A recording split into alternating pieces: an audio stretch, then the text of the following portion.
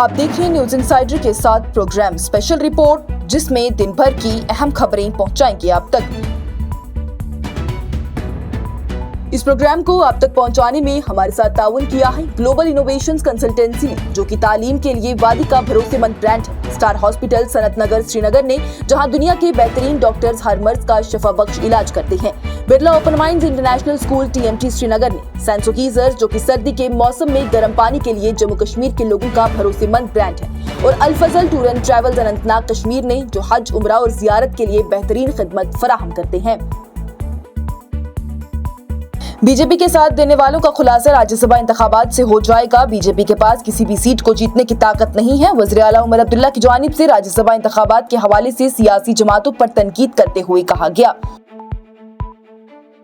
जम्मू और कश्मीर के वज़ीर आला उमर अब्दुल्ला की जानिब से पीर के दिन मीडिया से गुफ्तगू करते हुए कहा गया है कि 24 अक्टूबर को होने वाले राज्यसभा के इंतखाबात ये साफ कर देंगे कि कौन बीजेपी के साथ है और कौन उनके खिलाफ। उनका ये कहना था कि ये इंतखाबात असल में एक इम्तिहान है, जहां ये पता चलेगा कि किस किस पार्टी का असल चेहरा क्या है। उमर अब्दुल्ला ने दावा किया है कि बीजेपी के पास अकेले किसी भी सीट को जीतने की ताकत नहीं है। उनका ये कहना था कि बीजेपी के पास 28 MLA हैं, जबकि चौथी सीट जीतने के लिए उन्हें तकरीबन 30 वोट की जरूरत है। पिछले एक साल में किसी भी दूसरे MLA ने उनका साथ नहीं दिया है। उन्होंने ये भी इल्जाम लगाया कि अगर बीजेपी कोई सीट भी जीत लेती है तो वो सिर्फ माल, जोर या फिर इदारों के असर की वजह से होगा। बयान में उमर अब्दुल्ला ने कहा है कि अगर बीजेपी सीट जीतती है तो इसका मतलब ये है कि उन्होंने पैसे, धांधली और दबाव का सहारा लिया। ये वही बात है जो लोग बिहार में दावे कहते हैं कि चुनाव पास आते हैं और पैसे और दबाव से वो जीत लिए जाते हैं। उमर अब्दुल्ला ने यह भी वाज़ेह किया है कि नेशनल कॉन्फ्रेंस ने 3 उम्मीदवारों के नाम का ऐलान कर दिया था और चौथी सीट के लिए कांग्रेस को बेहतरीन मौका दिया था, लेकिन कांग्रेस ने खुद पीछे हटने का फैसला किया। जब उनसे फारूक अब्दुल्ला के राज्यसभा या फिर बड़गाम के इंतखाबात में हिस्सा लेने के बारे में सवाल किया गया तो उन्होंने वाज़ेह तौर पर कहा कि फारूक साहब को कोई पीछे नहीं कर सकता। वो जम्मू कश्मीर का सबसे बड़ा सियासी चेहरा है और पूरे मुल्क में इज्जत के साथ उन्हें देखा जाता है। अगर उन्होंने खुद राज्यसभा का इंतखाबात नहीं लड़ने का फैसला किया है तो वो असेंबली का कैंपेन भी नहीं चलाएंगे। वज़ीर आला की जानिब से ये भी कहा गया कि बड़गाम और नगरोटा के इंतखाबात के लिए उम्मीदवारों के नाम वक्त आने पर ऐलान कर दिए जाएंगे। आखिर में उमर अब्दुल्ला की जानिब से महबूबा मुफ्ती की अफगानिस्तान के फाइनेंस मिनिस्टर के हिंदुस्तान में खैर मकदम पर किए गए बयान पर भी राय दी गई है। उनका ये कहना था कि मैं उन चीजों पर तबसरा नहीं करता जिनका मुझे कोई इल्म नहीं है और मुझे ये भी नहीं पता कि महबूबा मुफ्ती को हिंदुस्तान और अफगानिस्तान के ताल्लुकात के बारे में कितना इल्म है। BJP cannot win 3 Rajya Sabha seats without doing horse trading. BJP cannot even win 1 seat without horse trading. They need 30 to win the 4th seat. They have 28. There is not a single MLA other than the 28 who are with the BJP that has shown any support for the BJP up until now in the last 1 year. Which means if they are claiming they are going to win 3 seats, it is money power, muscle power and the power of the agencies. Let us see.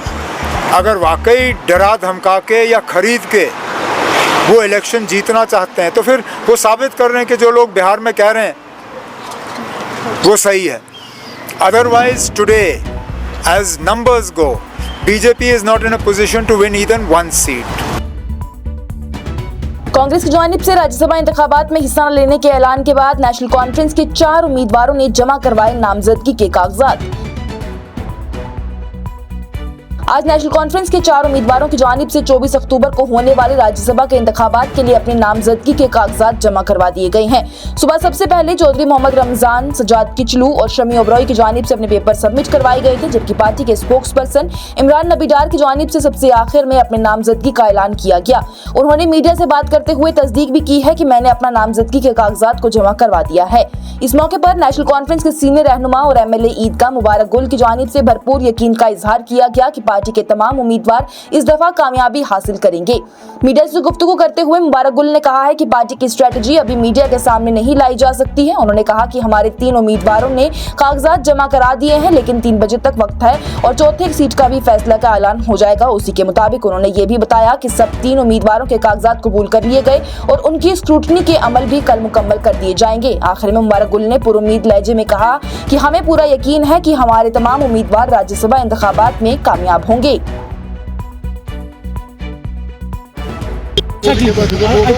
कितने पानी में है, हम कितने पानी में हैं, वो तभी पता चलेगा। और हवा में बातें करने से कुछ नहीं होता, ये होता है माहौल बनाने की बात है।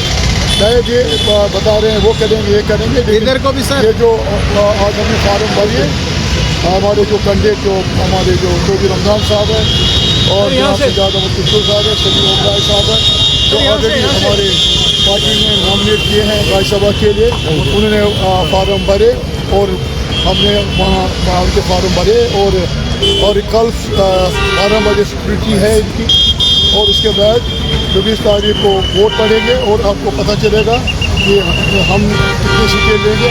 इंशाल्लाह हम सारे सीटें लेंगे। नायब वज़ीर आला सुरेंद्र चौधरी का बीजेपी, महबूबा मुफ्ती और मरकज पर सख्त हमला। साथ ही बोले, जम्मू कश्मीर का आईनी रुतबा और स्टेटहुड हमारी सबसे बड़ी मांग है, हम इस यूटी के सेटअप को बर्दाश्त नहीं करेंगे। जम्मू कश्मीर के नायब वज़ीर आला सुरेंद्र चौधरी की जानिब से आज भारतीय जनता पार्टी पर जबरदस्त हमला करते हुए कहा गया कि बीजेपी जम्मू कश्मीर के असल मसाइल से नजर हटाकर सिर्फ अपनी नाकामियों को छुपाने की कोशिश कर रही है। उन्होंने वाज़ेह किया कि सिर्फ नेशनल कॉन्फ्रेंस ही वो वाहिद जमात है जो कि अवाम के हकूक और इज्जत के लिए मुसलसल आवाज बुलंद करती आई है। राज्यसभा इंतखाबात से पहले मीडिया से गुफ्तगू करते हुए चौधरी की जानिब से कहा गया कि नेशनल कॉन्फ्रेंस के उम्मीदवार जो कि अब दिल्ली जाने वाले हैं, वो जम्मू कश्मीर की आवाज को पार्लियामेंट में उठाएंगे। उन्होंने बीजेपी पर सख्त तनकीद करते हुए कहा कि बीजेपी न 11 साल पहले अवाम के मसाइल पर बात करती थी, न आज करती है। सिर्फ नेशनल कॉन्फ्रेंस के मैनिफेस्टो पर ही बात की जाती है, लेकिन बेरोजगारी और दूसरे अवामी मसाइल को भूल जाया जाता है। चौधरी की जानिब से अपने पार्टी का मुकम्मल इरादा दोहराते हुए कहा गया कि जम्मू कश्मीर की स्टेटहुड और उसका आईनी रुतबा वापस लेना ही हमारी सबसे बड़ी मांग है। उन्होंने कहा कि हम इस यूनियन टेरिटरी के सेटअप को बर्दाश्त नहीं कर सकते। लद्दाख का जिक्र करते हुए उन्होंने कहा कि यूटी स्टेटस ने वहां के लोगों को मायूस और नाराज कर दिया है। जो लोग लद्दाख में यूटी स्टेटस का जश्न मना रहे थे, आज वो खुद को धोखा खाया हुआ महसूस कर रही हैं। सोचिए उन लोगों का क्या हाल है जिन्होंने कभी इसे मांगा ही नहीं था। रोजमर्रा के मजदूर और कॉन्ट्रैक्ट वर्कर के मसले पर भी चौधरी ने हुकूमत को गैर जिम्मेदार करार दिया है। डेली वेजेस का मसला बढ़ता जा रहा है, उनके रेगुलराइजेशन की कोई सूरत नजर नहीं आ रही, उनकी जानिब से बयान दिया गया। बीजेपी के लोकल लीडर को निशाना बनाते हुए उन्होंने कहा कि यहाँ के बीजेपी के लीडर सिर्फ दिल्ली के मुंह पीस हैं, जो कि चिट्ठी सुबह दिल्ली से आती है वो वही यहाँ पर पढ़ देते हैं। महबूबा मुफ्ती और लीडर ऑफ अपोजिशन पर भी चौधरी की जानिब से तनकीद की गई कि वो भी सिर्फ सेंटर की हुकूमत का लिखा हुआ ही बोलते हैं। उन्होंने बयान देते हुए इल्जाम लगाया है कि एलओपी और महबूबा जी एक ही जुबान बोलते हैं, जो दिल्ली से आता है वो वही पढ़ते हैं। सहावत का जिक्र करते हुए उन्होंने कहा कि जम्मू कश्मीर के सहाफी मुश्किल हालात के बावजूद भी सच बोल रहे हैं। जो सहाफी सच बोलते हैं उन्हें रोका जाता है, हम भी जानते हैं, आप भी जानते हो। स्टेटहुड के मसले पर उन्होंने सुप्रीम कोर्ट की तरफ से इशारा करते हुए कहा कि मरकजी हुकूमत ने स्टेटहुड का वादा सिर्फ हमसे नहीं सुप्रीम कोर्ट से भी किया था। अब उम्मीद है कि अगला फैसला हमें हमारे हक में सुनाया जाएगा। अलायंस और सीट शेयरिंग के सवालों पर भी उन्होंने अभी तफसील देने से इनकार कर दिया। उनकी जानिब से बयान में कहा गया कि फॉर्म्स भरने का वक्त अभी बाकी है, उसके बाद पूछना अभी नहीं। आखिर में उन्होंने लोगों से अपील की है कि नेशनल कॉन्फ्रेंस के लीडर फारूक अब्दुल्ला और उमर अब्दुल्ला को संजीदगी से लें। उनकी जानिब से बयान में कहा गया कि जम्मू कश्मीर में अगर किसी को संजीदगी से लेना है तो वो नेशनल कॉन्फ्रेंस के कैडर के हैं, बाकी सब टीम ए बी सी में आते हैं और वो बटे भी हुए हैं। तनकीदी अफराद पर तंज कसते हुए उन्होंने कहा कि जो लोग पहले 50 बार चीख कर दावे करते थे, आज वो सिर्फ सीटियां मार रहे हैं। 24 तारीख को नतीजा खुद बोल देगा।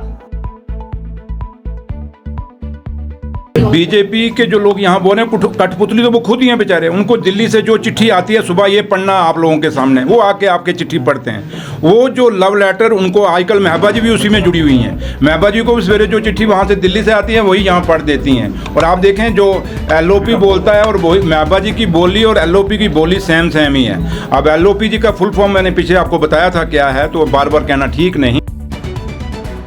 राज्यसभा इंतखाबात के हवाले से कांग्रेस को मिले धचके के बाद कांग्रेस के जनरल सेक्रेटरी जीए मीर का बयान आया सामने। बोले, उम्मीदवारों का फैसला एक तरफ था, लेकिन नेशनल कॉन्फ्रेंस को हम ख्याल जमातों को भरोसे में लेना चाहिए था। एआईसीसी के जनरल सेक्रेटरी गुलाम अहमद मीर ने पीर के दिन अनंतनाग में मीडिया से गुफ्तगू करते हुए कहा कि नेशनल कॉन्फ्रेंस को राज्यसभा के इंतखाबात के लिए अपने उम्मीदवारों का ऐलान करने से पहले तमाम हम ख्याल जमातों को भरोसे में लेना चाहिए था। उन्होंने कहा कि नेशनल कॉन्फ्रेंस ने एक तरफ फैसला करके इत्तेहाद की रूह को नुकसान पहुंचाया है। गुलाम अहमद मीर का यह कहना था कि कांग्रेस ने अपने इत्तेहादी नेशनल कॉन्फ्रेंस से एक महफूज सीट की दरख्वास्त की थी, लेकिन उस पर कोई जवाब नहीं दिया गया। उनकी जानिब से बयान में कहा गया कि हमने पहले 3 सीट के लिए अपना उम्मीदवार उतारना चाहा था, लेकिन नेशनल कॉन्फ्रेंस ने हमें चौथी सीट ऑफर की जो कि महफूज नहीं थी, इसलिए कांग्रेस ने चौथी सीट के लिए उम्मीदवार न उतारने का फैसला किया। याद रहे कि जम्मू कश्मीर से राज्यसभा की 4 निशस्तों के लिए 24 अक्टूबर को इंतखाबात होने जा रही हैं। ये निशस्तें 2021 से खाली पड़ी हुई थी।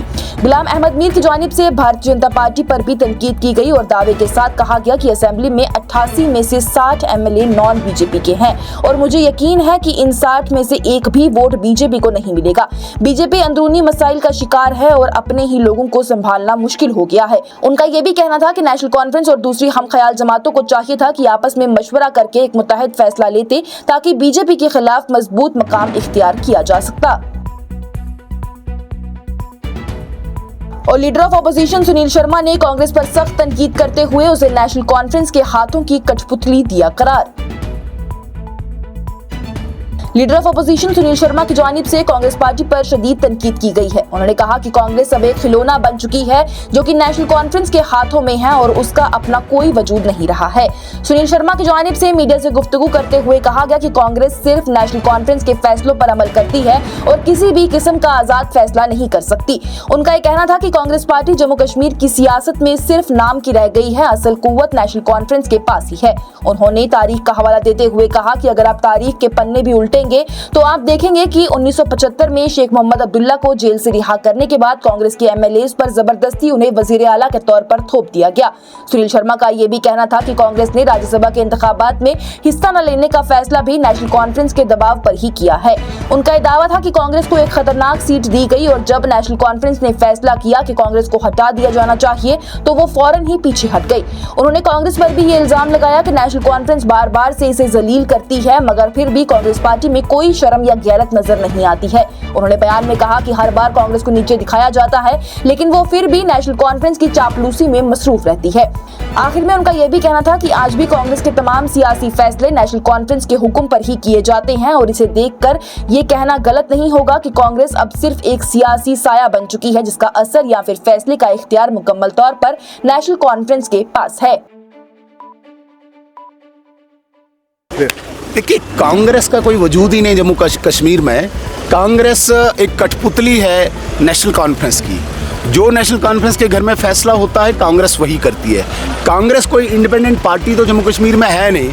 आपको याद नहीं होगा, अगर आप हिस्ट्री में जाएंगे 1975 में जब पूरे कांग्रेस के एमएलए थे, शेख मोहम्मद अब्दुल्ला साहब को जेल से निकाल के उसका चीफ मिनिस्टर बना दिया गया था। अगर इतिहास को नहीं जानते हो तो आप वर्तमान को ही जानो। वर्तमान में ही सब कांग्रेस के फैसले नेशनल कॉन्फ्रेंस करती है।